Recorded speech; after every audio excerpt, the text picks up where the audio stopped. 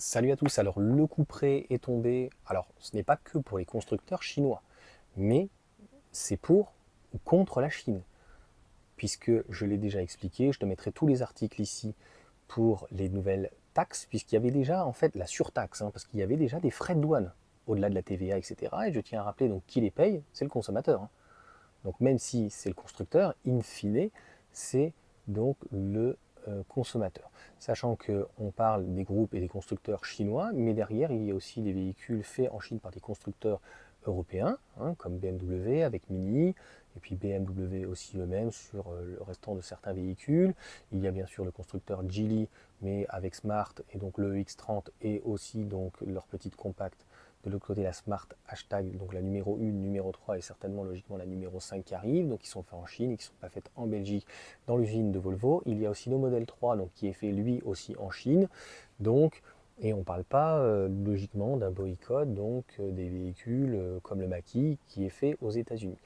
Donc encore une fois, l'augmentation, par contre, je ne la comprends absolument pas, cette surtaxe. Pourquoi donc BYD donc a, je crois de mémoire, c'est 17% et de l'autre côté, enfin, le double, 37% pour SAIC, sachant que je trouve que le bon élève en fait en France, je ne sais pas pour l'Europe quels sont les prix donc, de MG, mais quand tu vois par exemple une MG4, mais toutes les MG5, les Marvel, etc., une MG4 commence à 30 000, mais elle est souvent remisée avec 5 000 euros donc, de remise, donc une standard, 51 kWh, avec le One Pedal aujourd'hui, un très bon véhicule quand même, qui a déjà pas mal d'options dedans et qui a 5 étoiles donc au crash test. Donc concrètement, avec ses qualités, ses défauts, voilà, et la sécurité active qui a priori est très bien pour les crash tests Euro NCAP, etc., mais qui ne sont pas forcément très bien pour les utilisateurs parce qu'a priori, dès que tu as tendance un petit peu à aller un petit peu trop au niveau de la ligne, elle a tendance à te renvoyer ou elle a envie de t'envoyer dans le décor. Enfin voilà, le maintien dans la voie est peut-être un petit peu trop strict. Sans compter qu'ils ont enlevé donc, le détecteur de somnolence parce que c'était une catastrophe pareil sur les smarts. Enfin, ça a commencé surtout qu'avec MG. Bref, en tout cas, donc, je ne comprends pas pourquoi MG se prend une tartine et puis BYD et donc pareil Geely un peu moins et alors donc Tesla les Américains, ça c'est les Américains, ils ont réussi donc à faire plier en tout cas l'Union Européenne puisqu'ils devaient avoir 20% et ils ont que 9. Donc pareil, je te dis, je t'intégrerai tous les articles, donc ces deux informations. La deuxième, donc c'est lui qui me l'a envoyé, la première, donc je l'ai vu ce matin, en tout cas c'est ma femme qui me l'a montré donc sur Facebook. Voilà, moi, je suis assez peu là-dessus, mais c'était très intéressant de revenir. Encore une fois, donc c'est appliqué, donc ça a été validé a priori le 20 et donc le 20 août pendant 5 ans, mais ça va être très intéressant de voir, donc, puisque, bah, à juste titre, la Chine, donc le gouvernement chinois, a priori directement, d'après ce que j'ai compris, c'est pas les constructeurs chinois, c'est carrément donc la Chine qui a déposé donc un recours auprès de l'OMC, pardon, lapsus, mais bah, ça va être très intéressant de savoir si l'OMC est juste, puisque moi je trouve que cette surtaxe, encore une fois, il y a déjà des taxes douanières, il y a déjà d'autres taxes, il y a déjà des TVA, etc., etc., etc., que les groupes chinois ou autres payent. Et je l'ai déjà dit, l'Allemagne était plutôt contre, l'Angleterre, enfin les pays du nord de l'Europe étaient plutôt assez contre, comme la Norvège, Suède, Finlande, etc. Enfin, il y en a un qui n'est pas donc dans l'Union européenne. Bref, il y en a beaucoup qui étaient contre. Encore une fois, il y a énormément de constructeurs, notamment comme Renault et Stellantis, qui se frottent les mains parce que ben, ça va faire augmenter encore les prix de ces voitures, donc soit de constructeurs chinois, soit faites en Chine. Et enfin, je ne sais pas quoi te dire là-dessus. Franchement, je trouve ça tellement stupide. Bref, sur l'OMC en tout cas, on va voir si elle se range derrière, si elle est juste derrière la Chine, parce que franchement, je trouve ça, moi je te donne mon avis, extrêmement injuste, puisqu'après c'est l'ascension infernale. Après, on peut être taxé aussi de l'autre côté, ils vont taxer nos produits, donc en fait, ça ne sert à strictement à rien. Et encore une fois, qui paye? C'est toujours le client. Donc ce sont des taxes. Il faut bien se rappeler de quelque chose, ce sont des taxes. Ou est-ce que l'OMC donc, va se ranger auprès de l'Occident, l'Union européenne, l'Europe, derrière il y a qui?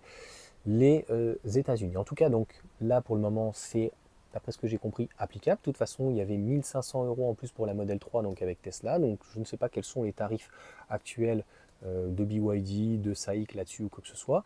Mais j'ose espérer que l'OMC va prendre une décision raisonnable pour que ben en fait tout ça c'est pas bon pour le business. Voilà.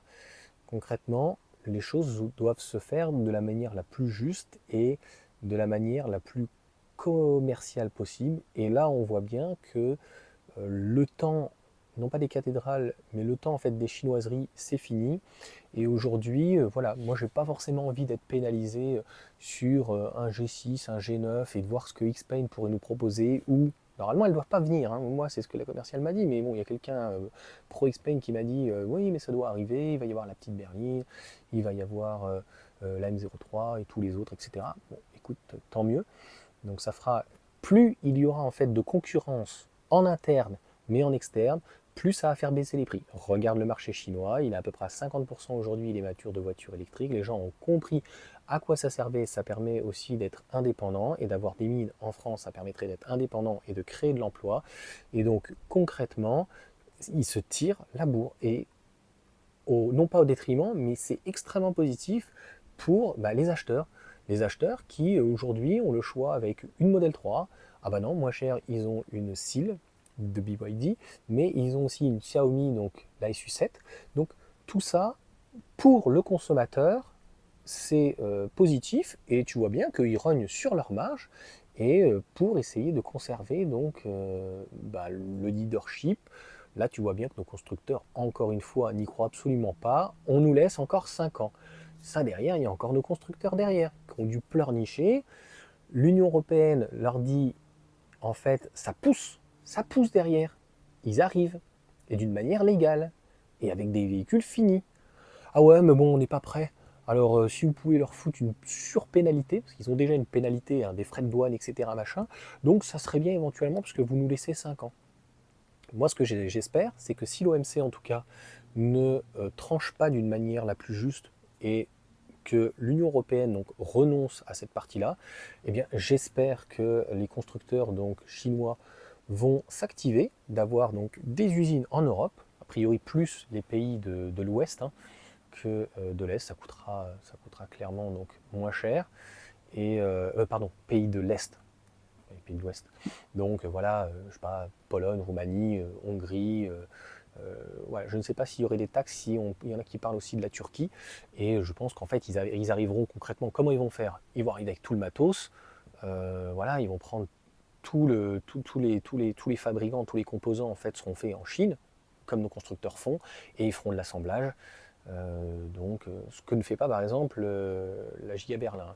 Mais voilà, pour dire, je pense que c'est ce qu'il ferait. Et il ferait un assemblage et on mettra un Made in Europe. Hein, Made in Hongrie, Made in Pologne, Made in Roumanie, Made in Slovaquie, Slovénie, tout ce que tu veux, Biélorussie, non, j'en sais rien. Tu vois ce que je veux dire? C'est ça l'hypocrisie. On a beaucoup de produits en fait en France où c'est marqué du Made in France, alors qu'en fait, il y a juste une petite chose qui a été faite, même dans le luxe, hein. C'est le cas, hein, sur les cuirs, il y a marqué Made in France, alors que le cuir vient par exemple, je crois de mémoire, c'est du Portugal. J'ai un doute, c'est Portugal ou Espagne. Sur Louis Vuitton, par exemple, tu payes 500 € la ceinture, très bien, très bonne qualité, mais le Made in France, c'est un petit peu du foutage de gueule, quoi. Voilà en tout cas pour cette vidéo. J'espère en tout cas. Voilà, moi je suis vraiment dans le but encore une fois. Les efforts que SAIC MG a fait, parce que de toute façon BYD, eux, ils ont tellement de marge beaucoup plus importante, puisqu'ils margent de fou chez nous, je crois que ça n'impacterait même pas le prix finalement, mais peut-être qu'un jour ils se diraient, ben voilà, on a envie de pénétrer le marché, et on a envie un petit peu de baisser les prix, on a envie de casser les prix, on a envie de faire quelque chose d'un petit peu plus accessible, si on peut dire en tout cas.